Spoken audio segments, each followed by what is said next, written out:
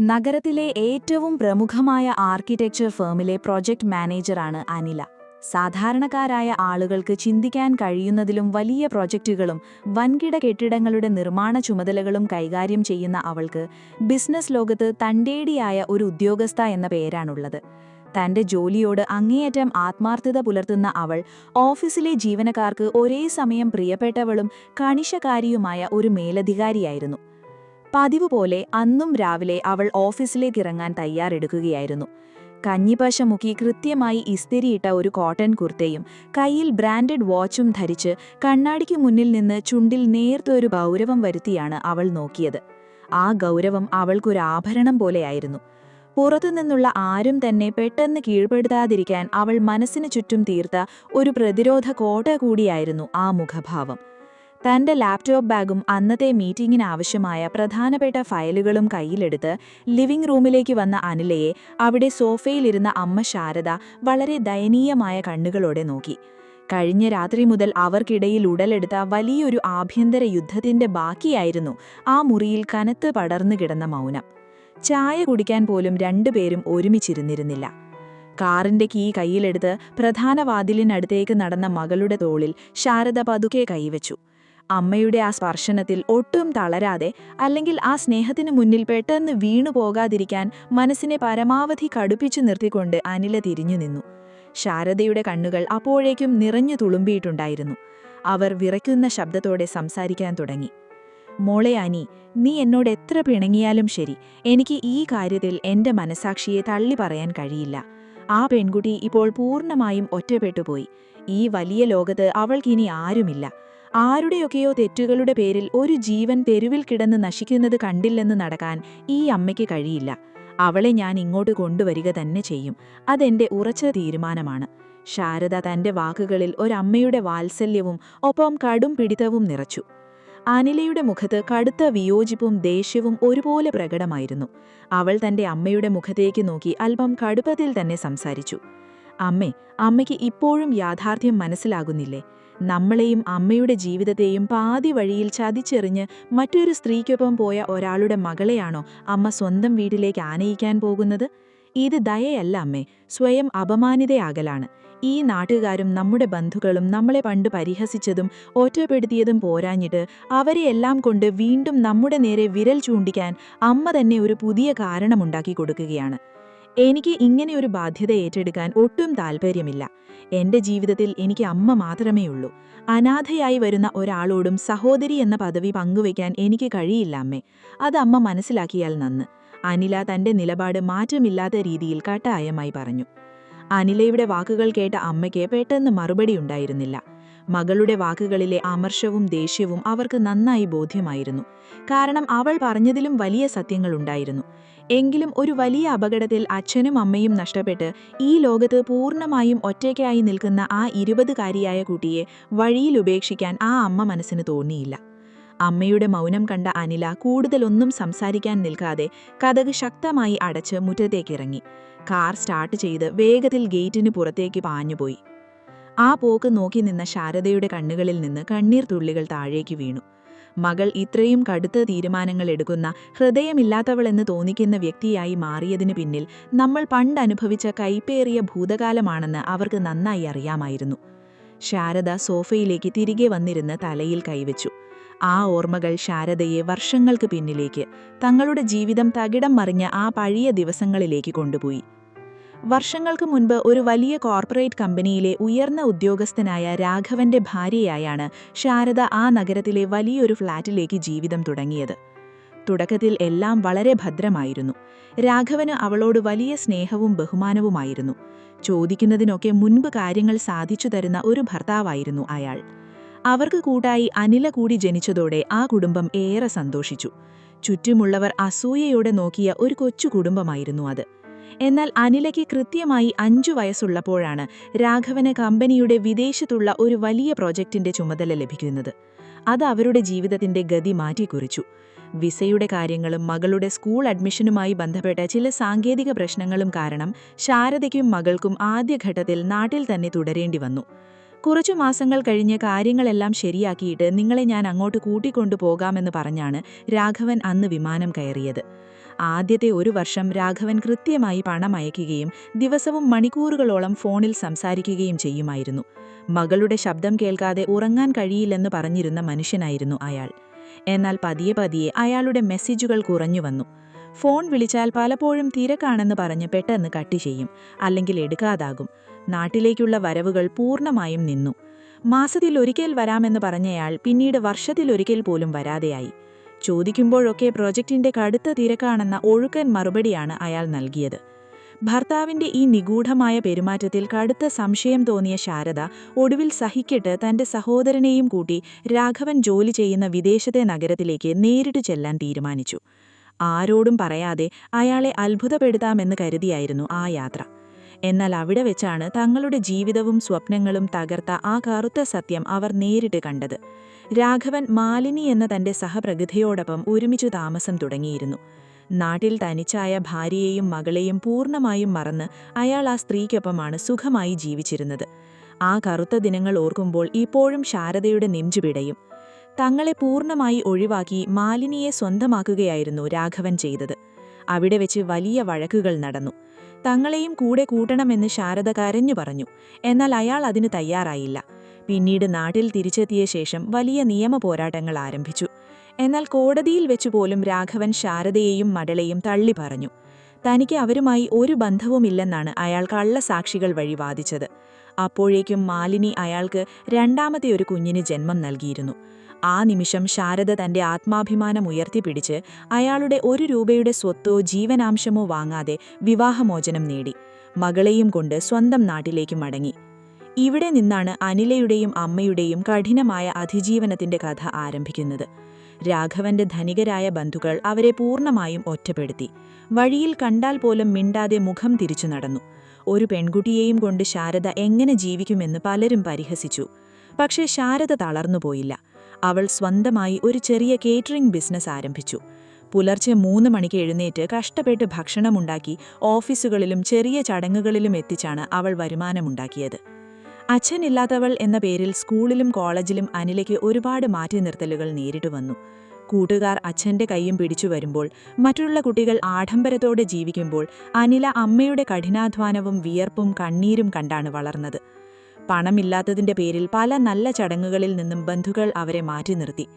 ഈ സാഹചര്യങ്ങളാണ് അനിലയെ ഒരു കടുത്ത വാശിക്കാരിയാക്കി മാറ്റിയത്. അവൾ ആരോടും അധികം സംസാരിക്കാതെ പഠനത്തിൽ മാത്രം ശ്രദ്ധ കേന്ദ്രീകരിച്ചു.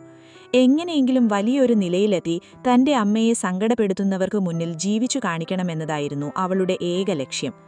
അവൾ കഠിനമായി പരിശ്രമിച്ച് ക്ലാസ്സിൽ 1ാമതായി പാസ്സാവുകയും നഗരത്തിലെ അറിയപ്പെടുന്ന ഒരു വലിയ ആർക്കിടെക്റ്റ് ആവുകയും ചെയ്തു. തന്റെ അമ്മയെ ആരെങ്കിലും ചെറുതായിട്ടൊന്ന് വേദനിപ്പിച്ചാൽ പോലും അനിലയ്ക്ക് സഹിക്കില്ലായിരുന്നു. അതുകൊണ്ടുതന്നെ അവൾ ബിസിനസ് കാര്യങ്ങളിലും വ്യക്തിജീവിതത്തിലും ആരുടെ മുഖത്ത് നോക്കി കാര്യങ്ങൾ വെട്ടി തുറന്നു പറയുന്ന ഒരു വ്യക്തിത്വമായി മാറി. ആളുകൾ അവളെ അഹങ്കാരി എന്നും തണ്ടേടി എന്നും വിളിച്ചപ്പോഴും അവൾ തന്റെ ആത്മാഭിമാനം ആർക്കും പണയം വെച്ചില്ല. അവൾ കഠിനമായി അധ്വാനിച്ച് തന്റെ അമ്മയ്ക്ക് ഒരു വലിയ വീടും എല്ലാ സൗകര്യങ്ങളും ഉണ്ടാക്കിക്കൊടുത്തു. പഴയ കേറ്ററിംഗ് ബിസിനസ് ഒരു വലിയ ഓർഡർ സ്ഥാപനമായി അവൾ മാറ്റി. ഇങ്ങനെയൊക്കെ സമാധാനമായി ജീവിച്ചു പോകുമ്പോഴാണ് കഴിഞ്ഞ ആഴ്ച ശാരദയുടെ സഹോദരൻ ആ ഞെട്ടിക്കുന്ന വാർത്ത അറിയിക്കുന്നത്. വിദേശത്തുണ്ടായ ഒരു വലിയ കാർ അപകടത്തിൽ മാലിനി തൽക്ഷണം മരിക്കുകയും രാഘവൻ ഗുരുതരമായി പരിക്കേറ്റ് ഹോസ്പിറ്റലിൽ മരണവക്രത്തിൽ കിടക്കുകയും ചെയ്തു. മരണത്തിനു തൊട്ടുമുൻപ് തനിക്ക് ശാരദയെ ഒന്ന് കാണണമെന്നും മാപ്പ് ചോദിക്കണമെന്നും അയാൾ സഹോദരൻ വഴി അഭ്യർത്ഥിച്ചു. അനില അതിനെ കടുത്ത ഭാഷയിൽ എതിർത്തുവെങ്കിലും ശാരദ ഹോസ്പിറ്റലിൽ പോയി. അവിടെ വെച്ച് മരണകിടക്കയിൽ കിടന്ന് ശ്വാസം കിട്ടാതെ പിടയുമ്പോൾ രാഘവൻ തന്റെ പഴയ ക്രൂരതകൾക്ക് കൈകൾ കൂപ്പി ശാരദയോട് മാപ്പപേക്ഷിച്ചു. തന്റെ 2ാമത്തെ മകളായ അഞ്ജനയെ ഈ ലോകത്ത് തനിച്ചാക്കരുതെന്നും അവൾക്കൊരു തണൽ നൽകണമെന്നും അയാൾ കരഞ്ഞു പറഞ്ഞു. ആ മരണകിടക്കയിലെ അവസാന യാചന തള്ളിക്കളയാൻ ശാരദയ്ക്ക് കഴിഞ്ഞില്ല. അവർ അഞ്ജനയെ തങ്ങളുടെ വീട്ടിലേക്ക് കൊണ്ടുവരാൻ തീരുമാനിച്ചു. ഇന്നാണ് അഞ്ജന ആ നഗരത്തിലെത്തുന്ന ദിവസം. ട്രെയിൻ മാർഗം അവൾ ഇവിടെ എത്തുമ്പോൾ അവളെ കൂട്ടിക്കൊണ്ടുവരാൻ ശാരദ എല്ലാ ഏർപ്പാടുകളും ചെയ്തിരുന്നു. തന്റെ ഭർത്താവ് തങ്ങളെ ചതിച്ചെങ്കിലും ആ ചതിക്ക് ആ പെൺകുട്ടി ഉത്തരവാദിയല്ല എന്നായിരുന്നു ശാരദയുടെ ചിന്ത. പക്ഷെ അനിലയ്ക്ക് അത് അംഗീകരിക്കാൻ കഴിയുമായിരുന്നില്ല. തന്റെ കുട്ടിക്കാലത്തെ സന്തോഷങ്ങളും അമ്മയുടെ യൗവനവും തകർത്തവരുടെ ചോരയെ സ്വന്തം വീട്ടിൽ താമസിപ്പിക്കാൻ അവളുടെ ആത്മാഭിമാനം അനുവദിച്ചില്ല. അതുകൊണ്ടാണ് അന്ന് രാവിലെ വീട്ടിൽ ഇത്രയും വലിയൊരു കൊടുങ്കാറ്റുണ്ടായതും അവർക്കിടയിൽ വലിയൊരു തർക്കം നടന്നതും. ശാരദ ദീർഘനിശ്വാസത്തോടെ പുറത്തേക്ക് നോക്കി അഞ്ജനയുടെ വരവിനായി കാത്തിരുന്നു. അനിലയ്ക്ക് വണ്ടി ഓടിക്കുമ്പോൾ റോഡിലെ ട്രാഫിക്കിലായിരുന്നില്ല ശ്രദ്ധ. അവളുടെ മനസ്സ് മുഴുവൻ ലിവിംഗ് റൂമിൽ അമ്മ ശാരദ പറഞ്ഞ വാക്കുകളിലായിരുന്നു. സ്റ്റിയറിംഗിൽ പിടിച്ചിരുന്ന അവളുടെ കൈകൾ ദേഷ്യം കൊണ്ട് മുറുകി. അമ്മയോട് അവൾക്ക് ദേഷ്യത്തേക്കാൾ കൂടുതൽ സങ്കടമാണ് തോന്നിയത്. വർഷങ്ങളോളം തങ്ങളെ തിരിഞ്ഞു നോക്കാത്ത, 1 രൂപയുടെ സഹായം പോലും തരാതെ വഴിയിൽ ഉപേക്ഷിച്ച ഒരു മനുഷ്യൻ മരണക്കിടക്കയിൽ കിടന്ന് 2 വാക്ക് പറഞ്ഞപ്പോഴേക്കും അമ്മയുടെ മനസ്സലിഞ്ഞു പോയല്ലോ എന്നോർത്ത് അവൾക്ക് അത്ഭുതം തോന്നു. പണ്ട് തങ്ങൾ അനുഭവിച്ച പട്ടിണിയും അപമാനവും അമ്മ ഇത്ര പെട്ടെന്ന് മറന്നോ? ഓഫീസിലേക്കുള്ള യാത്രയിലുടനീളം അനിലയുടെ ഉള്ളിൽ ചോദ്യങ്ങൾ ഇരമ്പിക്കൊണ്ടിരുന്നു. ഓഫീസിലെത്തിയെങ്കിലും പതിവ് പോലെ ഫയലുകളിൽ ശ്രദ്ധ കേന്ദ്രീകരിക്കാൻ അവൾക്ക് കഴിഞ്ഞില്ല. വലിയൊരു മാളിന്റെ ഡിസൈൻ റിവ്യൂ മീറ്റിംഗ് നടക്കുമ്പോൾ ജൂനിയർ ആർക്കിടെക്റ്റുകൾ കാണിച്ച ചില തെറ്റുകൾ അവൾ പെട്ടെന്ന് തന്നെ ചൂണ്ടിക്കാണിച്ചു. സാധാരണയേക്കാൾ കൂടുതൽ ഗൗരവത്തിലായിരുന്നു അവളുടെ സംസാരം. ഓഫീസ് ജീവനക്കാർ പരസ്പരം നോക്കി. മാഡത്തിനിന്ന് എന്തോ വലിയ മൂഡ് ഓഫ് ഉണ്ടെന്ന് അവർക്ക് മനസ്സിലായി. ലഞ്ച് ബ്രേക്കിന്റെ സമയത്തുപോലും അവൾ ക്യാബിനിൽ നിന്ന് പുറത്തിറങ്ങിയില്ല. ജനലിലൂടെ പുറത്തെ നഗരക്കാഴ്ചകളിലേക്ക് നോക്കി നിൽക്കുമ്പോൾ അവളുടെ മനസ്സിലേക്ക് വീണ്ടും അമ്മയുടെ മുഖമാണ് വന്നത്.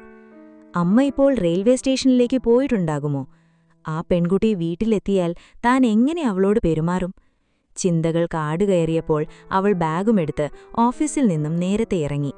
അതേസമയം നഗരത്തിലെ പ്രധാന റെയിൽവേ സ്റ്റേഷനിലെ 3-ാം നമ്പർ പ്ലാറ്റ്ഫോമിൽ ട്രെയിൻ വന്നു നിൽക്കുമ്പോൾ ശാരദ ജനക്കൂട്ടത്തിനിടയിലൂടെ പരതുകയായിരുന്നു.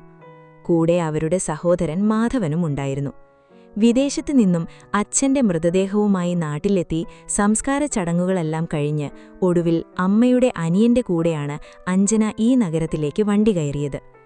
നീലയും വെള്ളയും വരകളുള്ള ഒരു സാധാരണ ചുരിദാർ ധരിച്ച് തോളിൽ ഒരു ചെറിയ ബാഗും കയ്യിൽ പഴയ ഒരു ട്രാവൽ സ്യൂട്ട് കേസുമായി ട്രെയിനിൽ നിന്നും പതുക്കെ ഇറങ്ങിയ ആ പെൺകുട്ടിയെ മാധവൻ ദൂരെ നിന്ന് തന്നെ തിരിച്ചറിഞ്ഞു. ശാരദേ, ദാ നോക്ക്, അതല്ലേ ആ കുട്ടി? മാധവൻ വിരൽ ചൂണ്ടി. ശാരദ ആ വശത്തേക്ക് നോക്കി. വല്ലാതെ വിളറി വെളുപ്പ മുഖം, കരഞ്ഞു കലങ്ങിയ കണ്ണുകൾ, ചുറ്റുമുള്ള വലിയ നഗരത്തിന്റെ തിരക്ക് കണ്ട് ഭയന്നു നിൽക്കുന്ന ഭാവം. അവളെ കണ്ടപ്പോൾ ശാരദയുടെ ഉള്ളിൽ പണ്ട് താൻ കണ്ട മാലിനിയുടെ മുഖമല്ല വന്നത്, മറിച്ച് അനാഥയായിപ്പോയ ഒരു പാവം കുട്ടിയുടെ രൂപമാണ്. ശാരദ പതുക്കെ അവളുടെ അടുത്തേക്ക് നടന്നു. അപരിചിതരായ ആളുകളെ കണ്ട് അഞ്ജന ഒരടി പിന്നോട്ട് വെച്ചു. മോളെ, ഞാൻ ശാരദ, ഇത് മാധവമാമൻ. പേടിക്കണ്ട, മോളെ കൂട്ടിക്കൊണ്ടുപോകാൻ വന്നതാ.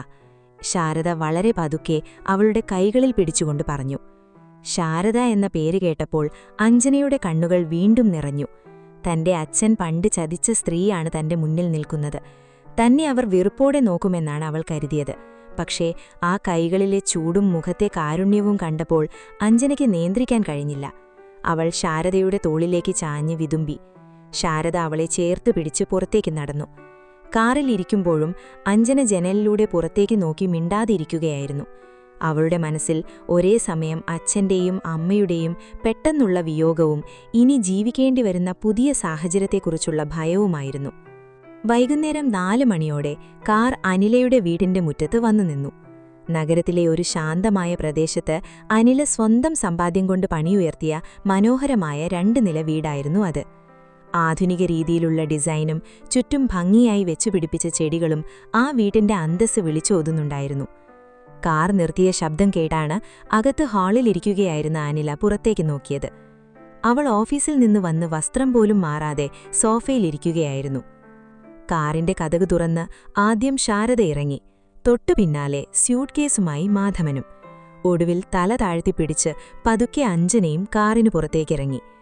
മുറ്റത്ത് നിൽക്കുമ്പോൾ ആ വീട്ടിന്റെ വലിപ്പവും വൃത്തിയും കണ്ട് അവൾക്കൊരു വലിയ അപകർഷതാബോധം തോന്നി.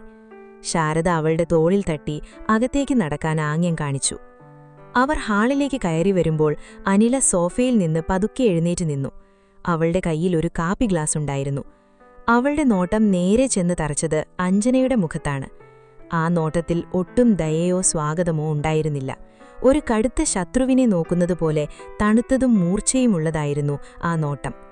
അനിലയുടെ ആ നോട്ടം നേരിടാൻ കഴിയാതെ അഞ്ജന വേഗത്തിൽ തല താഴ്ത്തി ശാരദയുടെ പുറകിലേക്ക് ഒതുങ്ങി നിന്നു. മാധവൻ സ്യൂട്ട് കേസ് ഒരു വശത്ത് വെച്ചുകൊണ്ട് പറഞ്ഞു, "അനീലേ, മോള് വന്നോ? ഇന്ന് ഓഫീസിൽ തിരക്കില്ലായിരുന്നോ? തിരക്കുണ്ടായിരുന്നു. ഞാൻ നേരത്തെ വന്നതാണ്.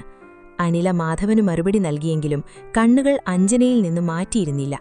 ശാരദ അഞ്ജനയെ മുന്നിൽ നിർത്തിക്കൊണ്ട് അനിലയോട് പറഞ്ഞു, മോളെ, അനിലേ, ഇതാണ് അഞ്ജന. മോളോട് ഞാൻ പറഞ്ഞിരുന്നല്ലോ.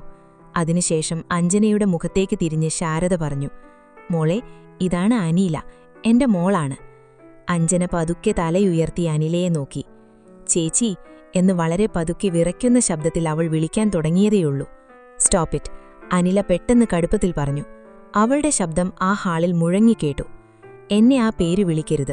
എനിക്ക് ഈ ലോകത്ത് ഒരനിയതിയുമില്ല. അമ്മ കൊണ്ടുവരണമെന്ന് നിർബന്ധമുള്ളതുകൊണ്ട് മാത്രം ഈ വീട്ടിൽ കയറ്റിയതാണ്. അതുകൊണ്ട് ഇവിടെ ജീവിക്കുമ്പോൾ ചില അതിർവരമ്പുകൾ ഉണ്ടെന്ന് മനസ്സിലാക്കുന്നത് നന്നായിരിക്കും. അനിലയുടെ വാക്കുകൾ കേട്ട് അഞ്ജനയുടെ ഉള്ളിൽ വലിയൊരു ആഘാതമാണുണ്ടായത്. അവൾ അറിയാതെ കരഞ്ഞുപോയി. അനിലേ, എന്തായി കാണിക്കുന്നത്? ഒരു പാവം കുട്ടി ആദ്യമായി ഈ വീട്ടിൽ കയറി വരുമ്പോഴാണോ നീ ഇങ്ങനെ വിഷം തുപ്പുന്നത്? ശാരദ ദേഷ്യത്തോടെ മകളെ വിലക്കാൻ നോക്കി. ഞാൻ വിഷം തുപ്പുകയല്ല അമ്മേ, യാഥാർത്ഥ്യം പറയുകയാണ്. ഇവൾ ആരാണെന്നും ഇവളുടെ അമ്മ ആരാണെന്നും എനിക്ക് നന്നായിട്ടറിയാം. നമ്മളെ തെരുവിലേക്ക് ഇറക്കിവിട്ടവരുടെ ചോരയെ എനിക്ക് സ്നേഹിക്കാൻ കഴിയില്ല. അമ്മയ്ക്ക് വേണമെങ്കിൽ ഇവളെ ഇവിടെ താമസിപ്പിക്കാം, ഭക്ഷണം കൊടുക്കാം. പക്ഷെ എന്റെ മുന്നിൽ വന്ന് നിൽക്കാനോ എന്നോട് സംസാരിക്കാനോ ഇവൾ ശ്രമിക്കരുത്. ഈ വീട്ടിന്റെ മുകൾ നില പൂർണ്ണമായും എന്റേതാണ്. അവിടെ ഇവളുടെ നിഴൽ പോലും വീഴരുത്. താഴത്തെ നിലയിലെ ഏതെങ്കിലും ഒരു മുറിയിൽ ഇവൾ കഴിഞ്ഞോട്ടെ. അനില തന്റെ നിലപാട് ഒട്ടും മയപ്പെടുത്താതെ പറഞ്ഞു. മാധവൻ അവരെ ശാന്തലാക്കാൻ ശ്രമിച്ചു. അനിലേ, നീ കുറച്ചുകൂടി പ്രായോഗികമായി ചിന്തിക്ക്. കഴിഞ്ഞതെല്ലാം കഴിഞ്ഞു. ആ കുട്ടിയെ ഓർത്ത് നീ എന്തിനാ ഇത്ര വാശി കാണിക്കുന്നത്? മാമൻ ഇതിൽ ഇടപെടണ്ട. ഇതെന്റെ വീടാണ്. ഞാൻ കഷ്ടപ്പെട്ടുണ്ടാക്കിയതാണ്. ഇവിടെ ആര് വരണം, ആര് നിൽക്കണമെന്ന് തീരുമാനിക്കാൻ എനിക്ക് പൂർണ്ണ അവകാശമുണ്ട്. അമ്മയുടെ മനസാക്ഷി എന്നെ ബുദ്ധിമുട്ടിക്കരുത്. അത്രയും പറഞ്ഞ് അനില കയ്യിലിരുന്ന ഗ്ലാസ് മേശപ്പുറത്ത് ശക്തമായി വെച്ച് തന്റെ ലാപ്ടോപ്പ് ബാഗും എടുത്ത് മുകൾ നിലയിലേക്ക് നടന്നുപോയി. അവളുടെ ഓരോ ചുവടിലും ദേഷ്യം പ്രകടമായിരുന്നു. മുകളിലെ മുറിയുടെ കതക് വലിയ ശബ്ദത്തോടെ അടയുന്നതാണ് താഴെ നിന്നവർ കേട്ടത്. ഹാളിൽ വലിയൊരു മൗനം പടർന്നു. അഞ്ജന സോഫയുടെ അരികിൽ പിടിച്ച് താഴേക്ക് നോക്കി വിതുമ്പിക്കൊണ്ടിരുന്നു. താനിവിടെ വന്നത് വലിയൊരു തെറ്റായി പോയെന്നവൾക്ക് തോന്നി. അമ്മയും അച്ഛനുമില്ലാത്ത തനിക്ക് ഈ ലോകത്തെവിടെയും സ്നേഹം കിട്ടില്ലെന്ന് അവൾ ഉറപ്പിച്ചു. അനിലയുടെ കണ്ണുകളിലെ ആ കടുത്ത ദേഷ്യം ഓർക്കുമ്പോൾ അവളുടെ ശരീരം വിറച്ചു. വരാനിരിക്കുന്ന ദിവസങ്ങൾ എത്രമാത്രം കഠിനമായിരിക്കുമെന്നാലോചിച്ച് അവൾ ഭയന്നു. ആ വലിയ വീട്ടിലെ ഒരേ മേൽക്കഴിക്ക് കീഴിൽ പരസ്പരം വെറുക്കുന്ന രണ്ട് സഹോദരിമാർക്കിടയിലെ നിശബ്ദമായ യുദ്ധത്തിന് അവിടെ തുടക്കമാവുകയായിരുന്നു. അഞ്ജന ആ വീട്ടിലെത്തിയിട്ട് ഇപ്പോൾ ഒരാഴ്ച കഴിഞ്ഞിരിക്കുന്നു. ആ 7 ദിവസങ്ങളിൽ ഒരിക്കൽ പോലും അനില അവളോട് നേരിട്ട് സംസാരിക്കുകയോ മുഖത്ത് നോക്കി നോക്കുകയോ ചെയ്തിട്ടില്ല. മുകൾ നിലയിൽ നിന്നും താഴേക്ക് ഇറങ്ങി വരുന്ന സമയങ്ങളിൽ ഹാളിലോ അടുക്കളയിലോ അഞ്ജനയുണ്ടെന്ന് കണ്ടാൽ അനില അവിടെ നിൽക്കാതെ തിരികെ പോകും. ഒരു വീടിനുള്ളിൽ ഒരേ മേൽക്കൂരയ്ക്ക് താഴെ കഴിയുമ്പോഴും അവർക്കിടയിൽ വലിയൊരു അദൃശ്യ മതിൽ പണിതുയർത്തപ്പെട്ടിരുന്നു. ആ മതിൽ തകർക്കാൻ അഞ്ജനയ്ക്ക് ഭയമായിരുന്നു. അനിലയ്ക്ക് താൽപ്പര്യവുമില്ലായിരുന്നു. ശാരദ ഈ സാഹചര്യങ്ങൾ വളരെ സങ്കടത്തോടെയാണ് കണ്ടുകൊണ്ടിരുന്നത്. എങ്കിലും അഞ്ജനയോടുള്ള തന്റെ ഉത്തരവാദിത്തത്തിൽ നിന്നും അവർ പിന്മാറിയില്ല. രാവിലെ നേരത്തെ എഴുന്നേറ്റ് അവർ അഞ്ജനയ്ക്ക് ആവശ്യമായ കാര്യങ്ങൾ ചെയ്തു കൊടുത്തു. വർഷങ്ങളായി താൻ നടത്തിക്കൊണ്ടിരുന്ന കാറ്ററിംഗ് ഓർഡറുകളുടെ മേൽനോട്ടം വഹിക്കാൻ ശാരദ പുറത്തുപോകുന്ന സമയങ്ങളിൽ അഞ്ജന ആ വലിയ വീട്ടിൽ തികച്ചും ഒറ്റയ്ക്കായി മാറും. ആ സമയങ്ങളിൽ അവൾ മുറിയിൽ തന്നെ അടച്ചിരിക്കാനാണ് താൽപ്പര്യപ്പെട്ടത്. വല്ലപ്പോഴും ഹാളിലേക്ക് ഇറങ്ങിയാൽ തന്നെ ഭിത്തിയിൽ തൂക്കിയിട്ടിരിക്കുന്ന അനിലയുടെ വലിയ ഫോട്ടോകളിലേക്ക് അവൾ നോക്കി നിൽക്കും. പഠനത്തിലും ജോലിയിലും ഉയർന്ന വിജയം നേടിയ തന്റേടിയായ ആ ചേച്ചിയോട് അവളുടെ മനസ്സിൽ ഭയത്തോടൊപ്പം ചെറിയൊരു ബഹുമാനവും തോന്നിയിരുന്നു. ഒരു ചൊവ്വാഴ്ച രാവിലെ അനില ഓഫീസിലേക്ക് പോകാൻ തയ്യാറായി താഴേക്കിറങ്ങി വന്നു. ഡൈനിങ് ടേബിളിൽ ശാരദ അവൾക്കുള്ള ബ്രേക്ക്ഫാസ്റ്റ് എടുത്തു വെച്ചിട്ടുണ്ടായിരുന്നു. അനില വന്നിരുന്ന് ഭക്ഷണം കഴിക്കാൻ തുടങ്ങിയപ്പോഴാണ് കയ്യിലൊരു ചായ ഗ്ലാസുമായി അഞ്ജന അടുക്കളയിൽ നിന്നും അങ്ങോട്ട് വന്നത്. അനിലെ അവിടെ ഇരിക്കുന്നത് കണ്ടയുടൻ അഞ്ജന പെട്ടെന്ന് തിരിഞ്ഞു നടക്കാൻ ആഞ്ഞെങ്കിലും കയ്യിലിരുന്ന ചൂട് ചായ അവളുടെ ചുരിദാറിലേക്ക് അല്പം വീണു. പൊള്ളിയ വേദനയിൽ അവൾ പതുക്കെ അമ്മേ എന്ന് വിളിച്ചുപോയി. അനില ഭക്ഷണം നിർത്തി അഞ്ജനയെ രൂക്ഷമായി നോക്കി. അവൾ കയ്യിലിരുന്ന സ്പൂൺ പ്ലേറ്റിലേക്ക് ശബ്ദത്തോടെ ഇട്ടുകൊണ്ട് പറഞ്ഞു, ഇവിടെ നോക്ക്, ഈ വീട്ടിൽ ജീവിക്കുമ്പോൾ ഇങ്ങനെ ഒരുപാട് അഭിനയിച്ചു കാണിക്കേണ്ട കാര്യമില്ല. എന്നെ കാണുമ്പോൾ പേടിച്ചോടാനും പാത്രം താഴെയിടാനും ഇത് നാടകവേദിയല്ല. എന്റെ മുന്നിൽ വരാൻ മടിയാണെങ്കിൽ ഞാൻ ഭക്ഷണം കഴിക്കുന്ന സമയത്ത് ഈ വശത്തേക്ക് വരാതിരിക്കാൻ ശ്രദ്ധിക്കണം. അത് നിനക്കും നല്ലതാണ്, എനിക്കും നല്ലതാണ്. അനിലയുടെ കടുത്ത വാക്കുകൾ കേട്ട് അഞ്ജനയുടെ കണ്ണുകൾ നിറഞ്ഞു. അവൾ വിറയ്ക്കുന്ന ശബ്ദത്തോടെ പറഞ്ഞു, ഞാൻ വേണമെന്ന് വെച്ച് ചെയ്തതല്ല. ചേച്ചിയെ കണ്ടപ്പോൾ ഞാൻ നിന്നോട് ആദ്യമേ പറഞ്ഞതാണ് എന്നെ ആ പേര് വിളിക്കരുതെന്നു. അനില ശബ്ദം അല്പം കൂട്ടി പറഞ്ഞു. നിന്റെ അച്ഛൻ എന്റെ അമ്മയോട് ചെയ്ത ചതിക്ക് നീ അനുഭവിക്കണമെന്നൊന്നും ഞാൻ പറയുന്നില്ല. പക്ഷെ നിന്നെ കണ്ട് സ്നേഹം പ്രകടിപ്പിക്കാൻ മാത്രം വിശാലമായ മനസ്സെനിക്കില്ല. ഈ വീട്ടിൽ നിനക്ക് കിടക്കാൻ ഒരിടം തന്നിട്ടുണ്ട്. അതെന്റെ അമ്മയുടെ വാശി പുറത്താണ്. അതുകൊണ്ട് അടങ്ങി ഒതുങ്ങി ഒരു മൂലയിൽ കഴിഞ്ഞുകൂടാൻ നോക്കുക. അത്രയും പറഞ്ഞ് അനില എഴുന്നേറ്റ് കൈ കഴുകി തന്റെ ബാഗും എടുത്ത് പുറത്തേക്ക് പോയി. പുറത്ത് കാർ സ്റ്റാർട്ട് ചെയ്യുന്ന ശബ്ദം കേട്ടപ്പോഴാണ് അഞ്ജനയുടെ ശ്വാസം നേരെ വീണത്. അവൾ ഡൈനിങ് ടേബിളിന്റെ അരികിലിരുന്ന് ഒരുപാട് കരഞ്ഞു. വിദേശത്ത് അച്ഛന്റെയും അമ്മയുടെയും തണലിൽ എല്ലാ സുഖസൗകര്യങ്ങളോടെയും ജീവിച്ചിരുന്ന തനിക്ക് ഈ നഗരത്തിൽ നേരിടേണ്ടി വരുന്ന ഓരോ പരിഹാസവും താങ്ങാൻ കഴിയുന്നതിലും അപ്പുറമായിരുന്നു. അന്ന് വൈകുന്നേരം ശാരദ ഓഫീസിൽ നിന്നും തിരിച്ചെത്തിയപ്പോൾ അഞ്ജന വല്ലാതെ സങ്കടപ്പെട്ടിരിക്കുന്നത് അവർ ശ്രദ്ധിച്ചു. അവളുടെ മുഖത്തെ വിളർച്ച കണ്ട് അവരടുത്തിരുന്ന് കാര്യങ്ങൾ ചോദിച്ചു. മോളെ, അനില വീണ്ടും എന്തെങ്കിലും പറഞ്ഞോ? ശാരദ ചോദിച്ചു. അഞ്ജന തലയാട്ടി. അമ്മേ, ഞാനിവിടെ നിൽക്കുന്നത് അനിലയ്ക്ക് ഒട്ടും ഇഷ്ടമല്ല. ഞാൻ കാരണം അമ്മയും ചേച്ചിയും തമ്മിൽ വഴക്കുണ്ടാകുന്നത് കാണുമ്പോൾ എനിക്ക് വിഷമം തോന്നുന്നു. ഞാൻ ഏതെങ്കിലും അനാഥാലയത്തിലേക്ക് മാറിക്കോളാം. അച്ഛൻ മരിക്കുന്നതിന് മുൻപ് അമ്മയോട് പറഞ്ഞതുകൊണ്ടല്ലേ അമ്മ എന്നെ ഇങ്ങോട്ട് കൊണ്ടുവന്നത്. എനിക്ക് ആരുടെയും ബാധ്യതയാകാൻ താൽപ്പര്യമില്ല. ശാരദ അഞ്ജനയുടെ കൈകൾ ചേർത്തു പിടിച്ചു. മോളെ, നീ അങ്ങനെയൊന്നും പറയരുത്. നിന്റെ അച്ഛൻ ചെയ്ത തെറ്റിന് നീ എന്തിനാണ് സ്വയം പഴിക്കുന്നത്? അനിലയുടെ ദേഷ്യം താൽക്കാലികമാണ്. അവൾ കുട്ടിക്കാലം മുതൽ അനുഭവിച്ച സങ്കടങ്ങൾ കൊണ്ടാണ് അവളുടെ മനസ്സ് ഇത്രയും കഠിനമായത്. പണ്ടൊരിക്കൽ ഞങ്ങളെ ഈ നാട്ടുകാരും ബന്ധുക്കളും ഒറ്റപ്പെടുത്തിയപ്പോൾ എടുത്ത ശപഥമാണ് ആർക്കും മുന്നിൽ തലകുനിക്കില്ല എന്ന്. അവളുടെ ഉള്ളിൽ ഇപ്പോഴും ആ പഴയ മുറിവുകളുണ്ട്. നീ അവൾക്ക് കുറച്ച് സമയം കൊടുക്കൂ. പതിയെ അവൾ നിന്നെ മനസ്സിലാക്കും. അമ്മയുടെ വാക്കുകൾ അഞ്ജനയ്ക്ക് അല്പം ആശ്വാസം നൽകി. എങ്കിലും അനിലയുടെ മനസ്സിലെ വെറുപ്പ് അത്ര പെട്ടെന്ന് മാറില്ലെന്ന് അവൾക്ക് ഉറപ്പായിരുന്നു. എങ്കിലും വീട്ടിൽ വെറുതെ ഇരിക്കുന്നത് ശരിയല്ലെന്ന് കരുതിയ അഞ്ജന തനിക്ക് എന്തെങ്കിലും ജോലി കണ്ടെത്തണമെന്ന് തീരുമാനിച്ചു. അവൾ വിദേശത്ത് വെച്ച് ബികോം ബിരുദം പൂർത്തിയാക്കിയതായിരുന്നു. നാട്ടിലെ ഏതെങ്കിലും സ്ഥാപനത്തിൽ ഒരു അക്കൗണ്ടന്റ് തസ്തികയിലേക്ക് ലഭിച്ചാൽ സ്വന്തം കാലിൽ നിൽക്കാനും അനിലയുടെ മുന്നിൽ നിന്നും ഒരു പരിധിവരെ മാറി നിൽക്കാനും അവൾ കരുതി. അടുത്ത കുറച്ചു ദിവസങ്ങളിൽ അഞ്ജന പത്രങ്ങളിലെ ക്ലാസിഫൈഡ് പരസ്യങ്ങളും ഓൺലൈൻ ജോബ് പോർട്ടലുകളും പരിശോധിക്കാൻ തുടങ്ങി. ഒടുവിൽ നഗരത്തിന്റെ മറുഭാഗത്തുള്ള ഒരിടത്തരം ടെക്സ്റ്റൈൽസ് കമ്പനിയിൽ അക്കൗണ്ട്സ് അസിസ്റ്റന്റ് തസ്തികയിലേക്ക് ഒഴിവുണ്ടെന്ന് കണ്ട് അവൾ അപേക്ഷയയച്ചു. ഭാഗ്യത്തിന് 2 ദിവസത്തിനു ശേഷം അവൾക്ക് ഇന്റർവ്യൂവിനുള്ള കോൾ വന്നു. ശാരദയോട് കാര്യം പറഞ്ഞപ്പോൾ അവർക്ക് സന്തോഷമായി. നല്ലത് മോളെ, സ്വന്തമായി ഒരു ജോലിയുണ്ടാകുന്നത് എപ്പോഴും നല്ലതാണ്. നിനക്ക് പുറത്തെ കാര്യങ്ങൾ കാണുമ്പോൾ ഈ സങ്കടങ്ങളെല്ലാം പതുക്കെ മറക്കാൻ പറ്റും, അഞ്ജനയെ പ്രോത്സാഹിപ്പിച്ചു. ഇന്റർവ്യൂവിന്റെ ദിവസം രാവിലെ അഞ്ജന ഒരു ലളിതമായ വസ്ത്രം ധരിച്ച് വീട്ടിൽ നിന്നും ഇറങ്ങാൻ തയ്യാറായി. ശാരദ അവളെ അനുഗ്രഹിച്ചു. അവൾ പൂവമുഖത്തേക്ക് ഇറങ്ങുമ്പോൾ കൃത്യമായി അനില മുകളിൽ നിന്നും താഴേക്ക് ഇറങ്ങി വരികയായിരുന്നു. കയ്യിൽ ലാപ്ടോപ്പ് ബാഗുമായി നിൽക്കുന്ന അനിലയെ കണ്ട് അഞ്ജന പതുക്കെ മാറി നിന്നു. അനിലയുടെ നോട്ടം അഞ്ജനയുടെ കയ്യിലിരുന്ന ഫയലിലേക്കാണ് ചെന്നത്. അതിൽ ബയോഡാറ്റ എന്ന് വലിയ അക്ഷരത്തിൽ എഴുതിയിരുന്നു. അനില ഒരു നിമിഷം നിന്നു. അവളുടെ മുഖത്ത് പരിഹാസത്തോടെയുള്ള ഒരു ചിരി വിരിഞ്ഞു. ഓ, അപ്പോൾ ജോലിക്കിറങ്ങുകയാണല്ലേ? ഈ നഗരത്തിൽ ജോലി കിട്ടാൻ അത്ര എളുപ്പമല്ല. അതുമാത്രമല്ല, ആരുടെയെങ്കിലും ശുപാർശയില്ലാതെ വലിയ കമ്പനികളിലൊന്നും കയറാൻ പറ്റില്ല. എന്റെ കമ്പനിയുടെ പേര് പറഞ്ഞ് എവിടെങ്കിലും കയറിപ്പറ്റാമെന്ന് വിചാരിക്കേണ്ട. എന്റെ പദവി നിനക്കൊരു തരത്തിലും ഗുണം ചെയ്യില്ല, അനില തണുത്ത ശബ്ദത്തിൽ പറഞ്ഞു. അഞ്ജനയുടെ മുഖത്ത് സങ്കടത്തിന് പകരം ഇത്തവണ ചെറിയൊരു ആത്മവിശ്വാസം പ്രകടമായിരുന്നു. അവൾ അനിലയുടെ മുഖത്തേക്ക് നോക്കാതെ തന്നെ പറഞ്ഞു, എനിക്ക് ചേച്ചിയുടെ അല്ല, അനില മാഡത്തിന്റെ സഹായമൊന്നും ആവശ്യമില്ല. ഞാൻ എന്റെ സ്വന്തം യോഗ്യത കൊണ്ടാണ് ജോലിക്ക് അപേക്ഷിച്ചത്. ഇവിടെ ആരുടെ പേരും ഞാൻ ഉപയോഗിക്കില്ല. അഞ്ജനയുടെ ആ മറുപടി അനിലയ്ക്ക് തികച്ചും അപ്രതീക്ഷിതമായിരുന്നു.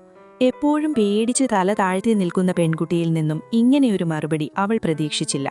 അനില ഒന്നും മിണ്ടാതെ കൺപുരികം ചുയിച്ചുകൊണ്ട് പുറത്തേക്ക് നടന്നു. ഇന്റർവ്യൂവിന് പോയ അഞ്ജനയ്ക്ക് അവിടെ മികച്ച പ്രകടനം കാഴ്ചവെക്കാൻ കഴിഞ്ഞു. വിദേശത്തെ പഠനരീതിയും അക്കൗണ്ടിങ്ങിലുള്ള അവളുടെ അറിവും കമ്പനി അധികൃതർക്ക് വളരെ ഇഷ്ടപ്പെട്ടു. അടുത്ത മാസം 1-ാം തീയതി മുതൽ ജോലിയിൽ പ്രവേശിക്കാൻ അവർ അവളോട് ആവശ്യപ്പെട്ടു. വളരെ സന്തോഷത്തോടെയാണ് അഞ്ജന വീട്ടിൽ തിരിച്ചെത്തിയത്. ശാരദ അവളെ കെട്ടിപ്പിരിച്ച് സന്തോഷം പങ്കുവച്ചു. അന്ന് രാത്രി ഭക്ഷണമേശയിൽ പതിവ് പോലെ കനത്ത മൗനമായിരുന്നു. ശാരദയാണ് ആ മൗനം തകർത്തത്. അനിലെ, അഞ്ജനയ്ക്കിന്ന് ജോലി ശരിയായിട്ടുണ്ട്. അടുത്ത മാസം മുതൽ അവൾ നഗരത്തിലെ ആ ടെക്സ്റ്റൈൽസ് ഓഫീസിൽ അക്കൗണ്ടന്റായി കയറും. അനില ഭക്ഷണം കഴിക്കുന്നത് നിർത്തി അഞ്ജനയെ ഒന്ന് നോക്കി. അവളുടെ മുഖത്ത് വലിയ ഭാവവ്യത്യാസങ്ങളൊന്നും ഉണ്ടായിരുന്നില്ല. നല്ലത്. സ്വന്തമായി വരുമാനമുണ്ടായാൽ ഈ വീട്ടിൽ നിന്നും മാറി താമസിക്കാനുള്ള കാര്യങ്ങൾ കൂടി നോക്കാം. അത്രയും ഭാരം ഈ വീട്ടിൽ നിന്നും കുറയും. അവൾ വളരെ ലളിതമായി പറഞ്ഞു തീർത്തു. അനിലയുടെ ആ വാക്കുകൾ അഞ്ജനയുടെ ഉള്ളിൽ വീണ്ടും ഒരു കനലായി മാറി. തന്നെ ഈ വീട്ടിൽ നിന്നും എത്രയും വേഗം ഇറക്കിവിടണമെന്നാണ് അനില ആഗ്രഹിക്കുന്നത്. പക്ഷെ അഞ്ജന മനസ്സിൽ ഉറപ്പിച്ചു, എത്രയൊക്കെ അപമാനിച്ചാലും താൻ ഇവിടെ തന്നെ തുടരും. തന്റെ അച്ഛൻ തനിക്ക് തണലായി തന്നത് ഈ അമ്മയെയാണ്. ഈ വീട്ടിൽ തന്റെ അവകാശങ്ങൾ തെളിയിക്കുക എന്നതിലുപരി തന്നെ വെറുക്കുന്ന അനിലയുടെ മനസ്സിൽ മാറ്റം വരുത്തുക എന്നത് അവൾക്കൊരു വെല്ലുവിളിയായി തുടങ്ങിയിരുന്നു. ഇരു സഹോദരിമാർ തമ്മിലുള്ള നിശബ്ദമായ ആ നിഴയുദ്ധം കൂടുതൽ കഠിനമായ ഘട്ടത്തിലേക്ക് കടക്കുകയായിരുന്നു. അഞ്ജന പുതിയ ജോലിയിൽ പ്രവേശിച്ചതോടെ അവളുടെ ദിനചര്യകൾക്ക് വലിയൊരു മാറ്റം വന്നു. രാവിലെ 8 മണിക്ക് മുൻപ് തന്നെ അവൾ തയ്യാറാകും. ശാരദ അടുക്കളയിൽ ഉണ്ടാക്കുന്ന പ്രഭാത ഭക്ഷണവും ഉച്ചയ്ക്കുള്ള പുതിച്ചോറും ബാഗിലാക്കി 9 മണിയോടെ അവൾ വീട്ടിൽ നിന്നിറങ്ങും. നഗരത്തിലെ തിരക്കേറിയ ബസ്സുകളിലെ യാത്ര ആദ്യമൊക്കെ അവൾക്ക് കഠിനമായി തോന്നിയെങ്കിലും പതുക്കെ പതുക്കെ അവൾ ആ ജീവിതവുമായി പൊരുത്തപ്പെടാൻ തുടങ്ങി. ഓഫീസിലെ ഫയലുകൾക്കിടയിലും കണക്കപ്പിള്ളമാരുടെ ചോദ്യങ്ങൾക്കിടയിലും മുഴുകുമ്പോൾ വീട്ടിലെ കനത്ത അന്തരീക്ഷവും അനിലയുടെ മൂർച്ചയേറിയ നോട്ടവും താൽക്കാലികമായെങ്കിലും മറക്കാൻ അവൾക്ക് കഴിഞ്ഞിരുന്നു. ഓഫീസിൽ അഞ്ജനയുടെ മിടുക്കും ശാന്തമായ സ്വഭാവവും ചുരുങ്ങിയ ദിവസങ്ങൾക്കുള്ളിൽ തന്നെ എല്ലാവരുടെയും ശ്രദ്ധ പിടിച്ചുപറ്റി. വിദേശത്തെ പഠന പശ്ചാത്തലമുള്ളതുകൊണ്ട് ഡിജിറ്റൽ അക്കൗണ്ടിങ്ങും പുതിയ സോഫ്റ്റ്വെയറുകളും കൈകാര്യം ചെയ്യാൻ അവൾക്ക് യാതൊരു ബുദ്ധിമുട്ടുമുണ്ടായിരുന്നില്ല. വലിയ വലിയ തുകകളുടെ കണക്കുകൾ പോലും അവൾ കൃത്യതയോടെ കൈകാര്യം ചെയ്തു. സൂപ്പർവൈസറായ വേണുഗോപാലിന് അവളോട് വലിയ ബഹുമാനമായിരുന്നു. എങ്കിലും തന്റെ വ്യക്തിജീവിതത്തെക്കുറിച്ചോ കുടുംബ പശ്ചാത്തലത്തെക്കുറിച്ചോ സഹപ്രവർത്തകർ ചോദിക്കുമ്പോഴൊക്കെ അഞ്ജന കൃത്യമായ മറുപടി നൽകാതെ ഒഴിഞ്ഞുമാറി. തന്റെ അച്ഛന്റെ ഭൂതകാലവും ഇപ്പോഴത്തെ സാഹചര്യവും മറ്റുള്ളവർ അറിഞ്ഞ് തന്നെ പരിഹസിക്കുന്നത് അവൾക്ക് ചിന്തിക്കാൻ പോലും കഴിയില്ലായിരുന്നു. അതേസമയം അനിലയും അഞ്ജനയും തമ്മിലുള്ള ദൂരം ഒട്ടും കുറഞ്ഞിരുന്നില്ല. അഞ്ജന ജോലിക്ക് പോകാൻ തുടങ്ങിയത് അനില ശ്രദ്ധിക്കുന്നുണ്ടായിരുന്നു. എങ്കിലും അവളോടുള്ള വെറുപ്പ് പ്രകടിപ്പിക്കാൻ കിട്ടുന്ന ഒരവസരവും അനില പാഴാക്കിയില്ല. ശാരദ പലപ്പോഴും മകൾക്ക് മനസ്സിലാക്കി കൊടുക്കാൻ ശ്രമിച്ചെങ്കിലും അനിലയുടെ ഉള്ളിലെ വാശി ഒരു കരിങ്കല്ലുപോലെ ഉറച്ചുപോയിരുന്നു. ഒരു ശനിയാഴ്ച വൈകുന്നേരം സാധാരണ ദിവസങ്ങളെക്കാൾ നേരത്തെ അനില ഓഫീസിൽ നിന്ന് വീട്ടിലെത്തി. കനത്ത മഴ പെയ്യുന്ന ദിവസമായിരുന്നു അത്. ലിവിംഗ് റൂമിലെ സോഫയിൽ വന്നിരുന്ന് അവൾ ഒരു പ്രധാനപ്പെട്ട പ്രോജക്റ്റിന്റെ ഫയലുകൾ പരിശോധിക്കുകയായിരുന്നു. ആ സമയത്താണ് അഞ്ജന നനഞ്ഞു കുതിർന്നു ബസ്സിൽ നിന്നും ഇറങ്ങി മുറ്റത്തേക്ക് വന്നത്. അവളുടെ കയ്യിലൊരു ചെറിയ കുടയുണ്ടായിരുന്നെങ്കിലും ശക്തമായ കാറ്റിൽ അവൾ പൂർണ്ണമായും നനഞ്ഞിരുന്നു. തണുത്തു വിറച്ചുകൊണ്ട് പൂമുഖത്തേക്ക് കയറിയ അഞ്ജന ഹാളിലിരിക്കുന്ന അനിലയെ കണ്ട് ഒന്ന് മടിച്ചു നിന്നു.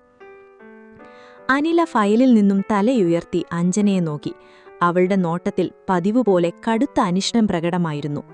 വീടിന്റെ ഉമ്മറപ്പടിയിൽ ഇങ്ങനെ വെള്ളം ഒഴുകി നിൽക്കാതെ അകത്തേക്ക് പോക്കൂടെ? ഈ ടൈൽസ് മുഴുവൻ നീ നനച്ച് നശിപ്പിക്കുകയാണ്. നിനക്കൊരു കാറ് വിളിച്ചു വരാനുള്ള സാമ്പത്തികം പോലുമില്ലേ? അതോ മറ്റുള്ളവരുടെ മുന്നിൽ നീ അനാഥയാണെന്ന് കാണിക്കാനുള്ള പുതിയ നാടകമാണോ ഇത്? അനിലയുടെ വാക്കുകൾ കഠിനമായിരുന്നു. അഞ്ജന തണുപ്പുകൊണ്ടും സങ്കടം കൊണ്ടും വിറച്ചുകൊണ്ട് പറഞ്ഞു, ഞാൻ ബസ് സ്റ്റാൻഡിൽ നിന്നും നടന്നു വന്നപ്പോഴാണ് മഴ കൂടിയത്. ഇവിടെ വെള്ളം വീണത് ഞാൻ ഇപ്പോൾ തന്നെ തുടച്ചു മാറ്റാം. വേണ്ട, നീ ഒന്നും ചെയ്യണ്ട. നിന്റെ ഈ ദയനീയ ഭാവം കണ്ട് എന്റെ മനസ്സലിയുമെന്ന് വിചാരിക്കേണ്ട. നിന്റെ അമ്മ അപ്പുറത്തെ വീട്ടിൽ പണ്ട് ഞങ്ങളെ ഇതേപോലെ ഒന്നിനും കൊള്ളാത്തവരാക്കി നിർത്തിയിട്ടാണ് സുഖമായി ജീവിച്ചത്. ആ ചോസയ്ക്ക് ഇതിലും വലിയ ബുദ്ധിമുട്ടുകൾ വരാനിരിക്കുന്നതേയുള്ളൂ, അനില ക്രൂരമായി പറഞ്ഞു. ആ സമയത്താണ് അടുക്കളയിൽ നിന്നും ശാരദ അങ്ങോട്ട് വന്നത്. മകളുടെ വാക്കുകൾ കേട്ട അവർക്ക് ദേഷ്യം അടക്കാനായില്ല. അനിലേ, നീ എന്തൊക്കെയാണീ പറയുന്നത്?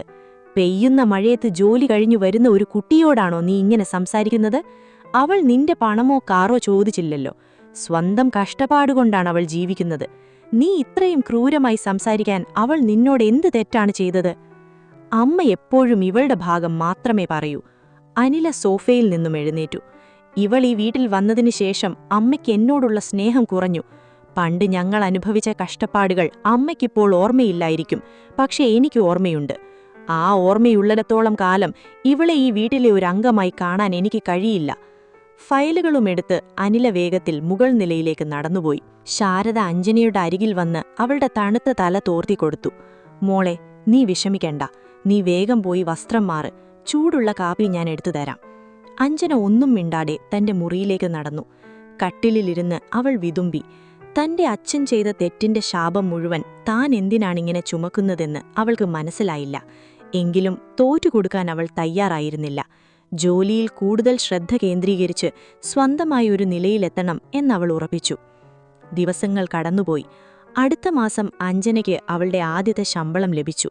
അക്കൗണ്ടിൽ പണം വന്ന ദിവസം അവളുടെ കണ്ണുകൾ സന്തോഷം കൊണ്ട് നിറഞ്ഞു. സ്വന്തം അധ്വാനത്തിന്റെ കൊണ്ട് ആദ്യമായി നേടിയ തുകയായിരുന്നു അത്.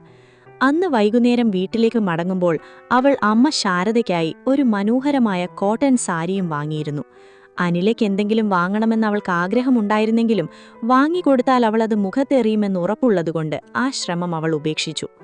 രാത്രി ഭക്ഷണത്തിന് ശേഷം അഞ്ജന ശാരദയുടെ മുറിയിലേക്ക് ചെന്നു. അവൾ ബാഗിൽ നിന്നും ആ സാരിയും കുറച്ചു പണവും എടുത്ത് ശാരദയുടെ കയ്യിൽ വെച്ചുകൊടുത്തു. "ഇതെന്താ മോളെ?" ശാരദ അത്ഭുതത്തോടെ ചോദിച്ചു. "ഇതെന്റെ ആദ്യത്തെ ശമ്പളമാണമ്മേ. എനിക്ക് ഈ നഗരത്തിൽ ഒരു തണൽ തന്നതിന് അമ്മയ്ക്കുള്ള എന്റെ ചെറിയൊരു സമ്മാനം. ഈ പണം അമ്മയുടെ ആവശ്യങ്ങൾക്ക് വെച്ചോളൂ," അഞ്ജന ഭക്തിയോടെ പറഞ്ഞു. ശാരദയുടെ കണ്ണുകൾ നിറഞ്ഞുപോയി. അവർ അഞ്ജനയെ ചേർത്ത് പിടിച്ച് നെറ്റിയിൽ ചുംബിച്ചു. "എനിക്കീ സാരി മാത്രം മതി മോളെ. ഈ പണം നീ നിന്റെ അക്കൗണ്ടിൽ തന്നെ സൂക്ഷിച്ചു വയ്ക്കൂ. നിനക്ക് ഭാവിയിൽ ഒരുപാട് ആവശ്യങ്ങൾ വരാനുള്ളതാണ്. നിന്റെ അച്ഛന്റെ ആത്മാവ് ഇപ്പോൾ ഇത് കണ്ട് സന്തോഷിക്കുന്നുണ്ടാകും." ആ സമയത്ത് ജനലിലൂടെ മുറ്റത്തേക്ക് നോക്കി നിന്ന അനില ഈ കാഴ്ചകളെല്ലാം കാണുന്നുണ്ടായിരുന്നു. അവളുടെ മനസ്സിൽ ഒരു വശത്ത് അസൂയയും മറുവശത്ത് കടുത്ത വിയോഗത്തിന്റെ ഓർമ്മകളും ഇരച്ചുകയറി. അഞ്ജന പതുക്കെ പതുക്കെ ഈ വീട്ടിലും അമ്മയുടെ മനസ്സിലും സ്ഥാനം പിടിക്കുന്നത് അവൾക്ക് സഹിക്കാൻ കഴിഞ്ഞില്ല. തന്റെ സാമ്രാജ്യത്തിലേക്ക് കടന്നു കയറാൻ ശ്രമിക്കുന്ന ഒരു ശത്രുവായാണ് അവൾ അഞ്ജനയെ കണ്ടത്. അടുത്ത ദിവസം രാവിലെ അനിലയുടെ ഓഫീസിൽ ഒരു വലിയ പ്രതിസന്ധി ഉടലെടുത്തു. അവരുടെ ഏറ്റവും വലിയ വിദേശ പ്രോജക്റ്റിന്റെ സാമ്പത്തിക കണക്കുകളിലും ടാക്സ് ഫയലിംഗിലും വലിയൊരു പിഴവ് സംഭവിച്ചതായി ഓഡിറ്റിംഗ് വിഭാഗം കണ്ടെത്തി. കമ്പനിയുടെ ചീഫ് അക്കൗണ്ടന്റ് പെട്ടെന്ന് അവധിയിൽ പോയതുകൊണ്ട് ആ പ്രശ്നം പരിഹരിക്കാൻ അവിടുത്തെ ജൂനിയർ ജീവനക്കാർക്ക് കഴിയുന്നില്ലായിരുന്നു. ആർക്കിടെക്ചർ പ്ലാനുകൾ കൃത്യമായിരുന്നെങ്കിലും സാമ്പത്തിക വശം താളം തെറ്റിയാൽ പ്രോജക്റ്റ് തന്നെ റദ്ദാക്കപ്പെടും എന്ന അവസ്ഥയിലായി. അനില കടുത്ത മാനസിക സമ്മർദ്ദത്തിലായി. ഓഫീസിലെ കസേരയിലിരുന്ന് അവൾ തല പുകഞ്ഞ് ആലോചിച്ചു. പക്ഷെ ഒരു പരിഹാരവും അവളുടെ മുന്നിലുണ്ടായിരുന്നില്ല. അന്ന് രാത്രി വീട്ടിലെത്തിയ അനില ഡൈനിങ് ടേബിളിൽ ഇരിക്കുമ്പോൾ വല്ലാതെ അസ്വസ്ഥയായിരുന്നു. ഭക്ഷണം പോലും കഴിക്കാതെ അവൾ ലാപ്ടോപ്പിലെ കണക്കുകളിലേക്ക് നോക്കി നെടുവീർക്കുകയായിരുന്നു. ശാരദ കാര്യം തിരഞ്ഞെങ്കിലും അവൾ ദേഷ്യത്തോടെ ഒഴിഞ്ഞുമാറി. എന്നാൽ ദൂരെ മാറി നിന്ന് ഈ കാഴ്ച കണ്ട അഞ്ജനയ്ക്ക് എന്തോ വലിയ പ്രശ്നമുണ്ടെന്ന് മനസ്സിലായി. അനിലയുടെ ലാപ്ടോപ്പ് സ്ക്രീനിലെ ചില ഫിനാൻഷ്യൽ സ്റ്റേറ്റ്മെന്റുകൾ അഞ്ജനയുടെ കണ്ണിൽപ്പെട്ടു. വിദേശ കമ്പനികൾ ഉപയോഗിക്കുന്ന പ്രത്യേക ടാക്സ് ഘടനയായിരുന്നു അത്. അഞ്ജന വിദേശത്ത് പഠിച്ചതുകൊണ്ട് ആ വിഷയത്തിൽ അവൾക്ക് വലിയ പ്രാവീണ്യമുണ്ടായിരുന്നു. അനില ഫോൺ വിളിക്കാനായി ഹാളിൽ നിന്നും പുറത്തേക്ക് പോയ സമയം നോക്കി അഞ്ജന പതുക്കെ ആ ടേബിളിന്റെ അരികിലേക്ക് ചെന്നു. ലാപ്ടോപ്പിലെ ആ ഫയലിലേക്ക് അവൾ സൂക്ഷിച്ചു നോക്കിയപ്പോൾ ഒരു ലളിതമായ ടാക്സ് അഡ്ജസ്റ്റ്മെന്റിന്റെ പിഴവാണ് ആ വലിയ പ്രതിസന്ധിക്ക് കാരണമെന്ന് അവൾ കുറ്റനോട്ടത്തിൽ മനസ്സിലായി. അവൾ മനസ്സിൽ ആ കണക്കുകൾ കൂട്ടിനോക്കി.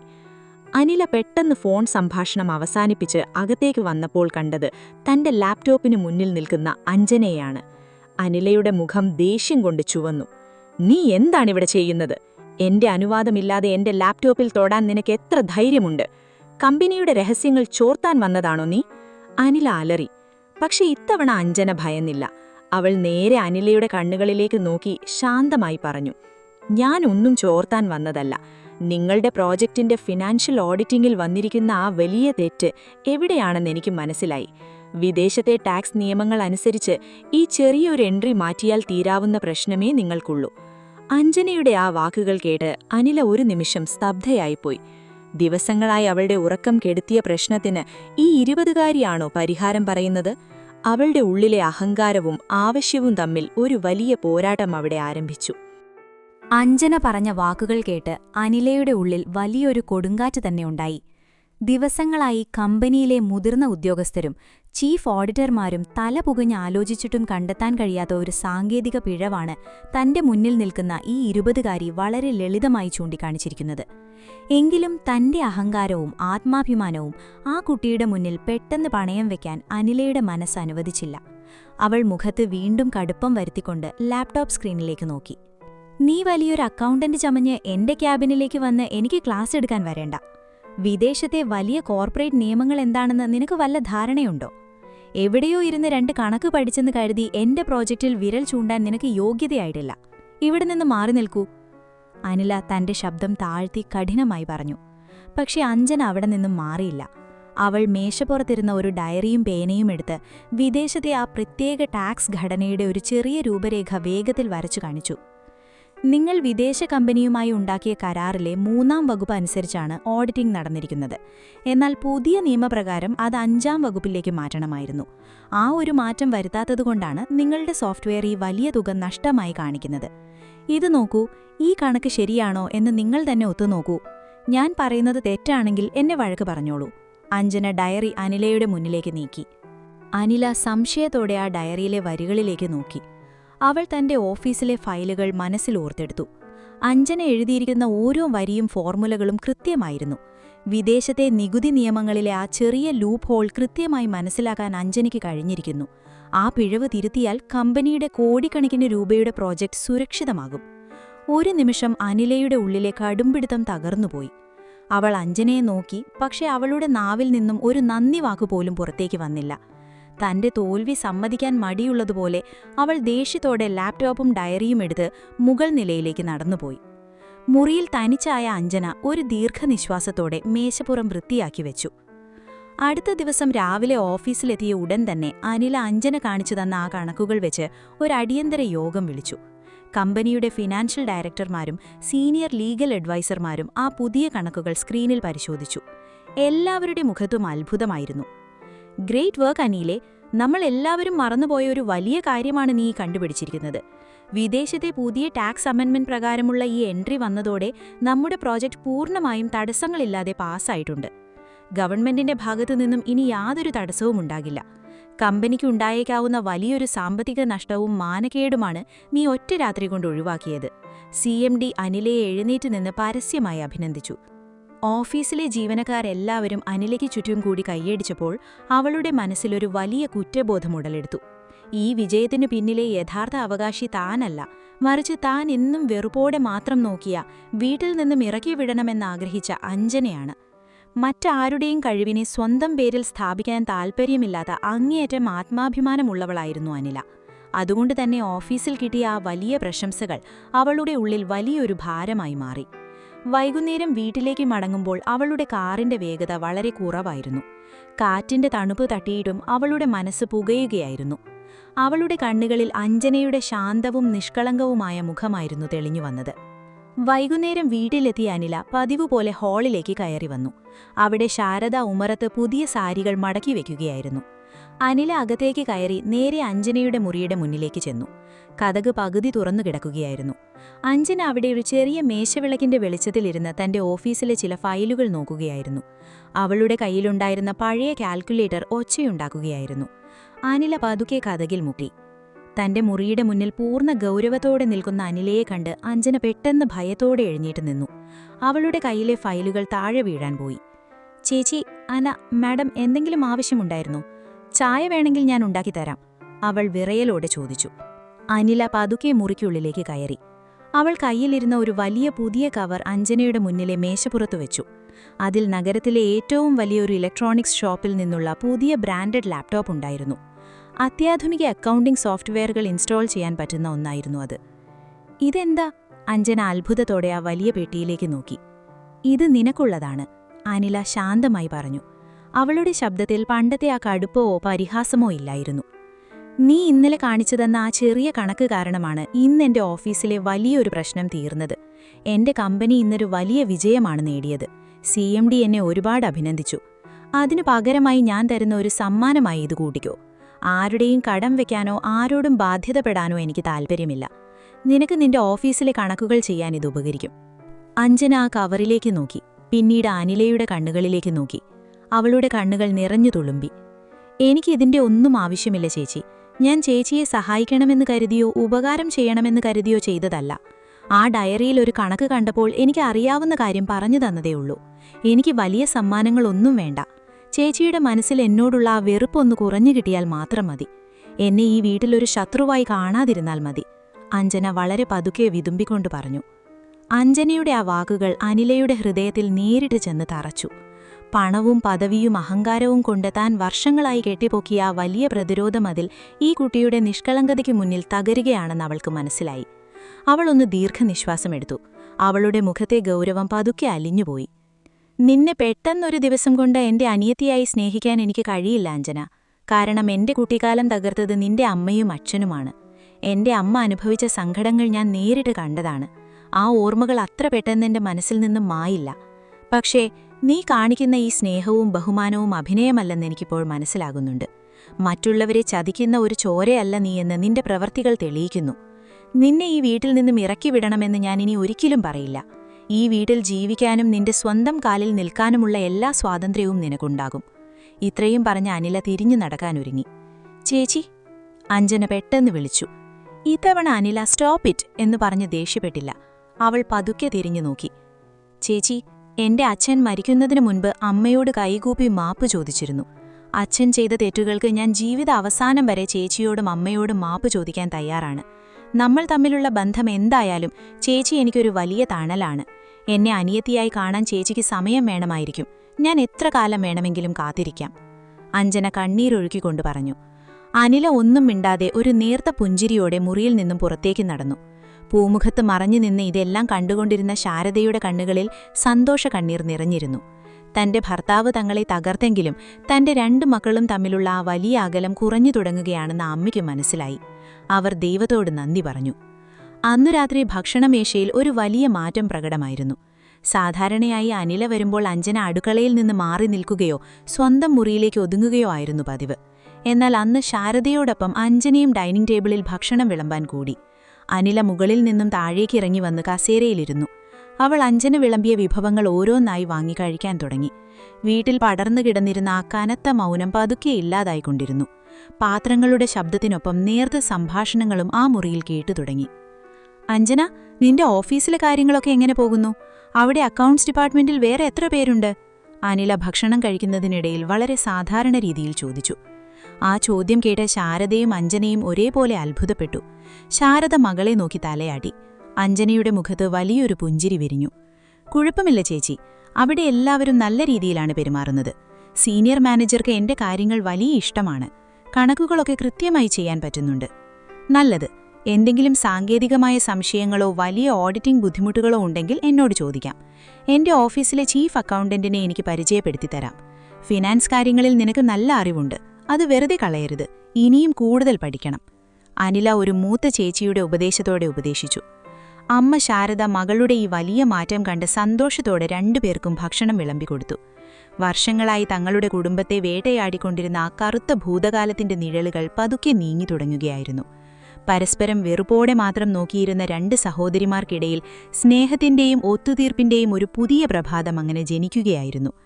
തങ്ങളുടെ ജീവിതത്തിലെ കൊടുങ്കാറ്റുകൾ ഒടുങ്ങി ഒരു ശാന്തമായ അന്തരീക്ഷം ആ വീട്ടിൽ പടർന്നു പിടിച്ചു. അവർ 3 പേരും ഒരുമിച്ച് ചിരിച്ചുകൊണ്ട് ആ രാത്രിയിലെ ഭക്ഷണം കഴിച്ചു തീർത്തു.